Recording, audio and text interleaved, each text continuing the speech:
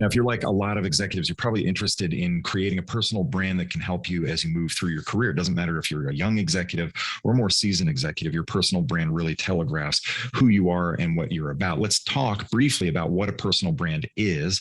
Before I do that, my name is Jamie Turner. These are the unspoken rules of leadership. I go around the globe talking to corporations and conferences about this topic as well as other topics. If you'd like to download my free ebook called The Unspoken Rules of Leadership, click the link in the description and you'll be able to do that. Now let's go on with the 5 tips I have for you, plus a bonus tip for you at the end that I think will be really relevant for you, especially if you're interested in continuing your journey through your career and doing a good job with it.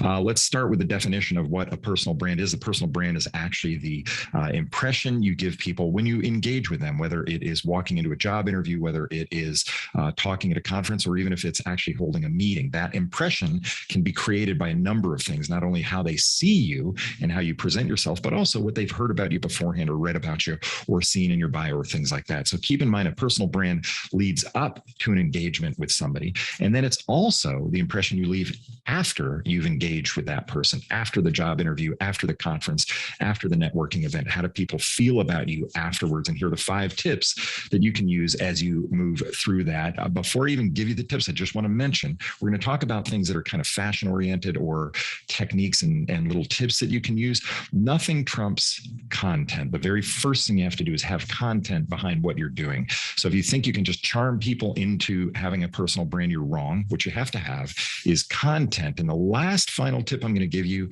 will help you figure out what that content can be, because I'm going to give you a roadmap on how to do that. So let's talk about the first thing, which is dress well, but don't necessarily dress up. What that means is you don't have to be formal unless that's your style, but you don't have to be formal when you go into things. Look at Ryan Reynolds. That's easy for me to say. Ryan Reynolds, Jennifer Aniston, or Ralph Lauren. All 3 of those people have an ability to dress in more casual clothes, but still dress well and present themselves well. When you engage with somebody, whether it's a job interview or at a networking event, smile with your eyes. When you smile with your eyes, you're able to subconsciously telegraph to people that you're interested in them and pleasantly engage with the conversation you're having with them. Also, straighten out your spine before you go into a meeting or an interview or anything like that. You can do that by literally just pulling together the shoulder blades, and that'll straighten your spine like that. It's a great technique to make sure that you're standing tall as you go through things. And then also make sure you understand your audience. Who are you speaking to? There's a great tool online called Crystal Knows,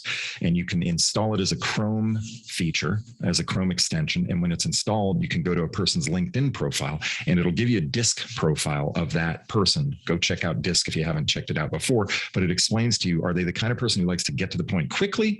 If so, move into the job interview, move into the sales pitch real quickly. Or are they the kind of person who likes to build a relationship before they get into that?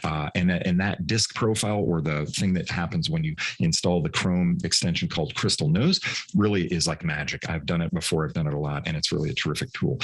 Finally, remember that you have to start with the end in mind. I used to go to meetings and run meetings for a client of mine, and I'd always visualize, here's what I want them to walk away with when I come away from this and have this hour meeting that I was running for them every week. And I just would say that to myself out loud on my drive up to where they were, and it seemed to work out pretty well. The final thing I want to give you is the bonus tip, and it really can change the trajectory of your career.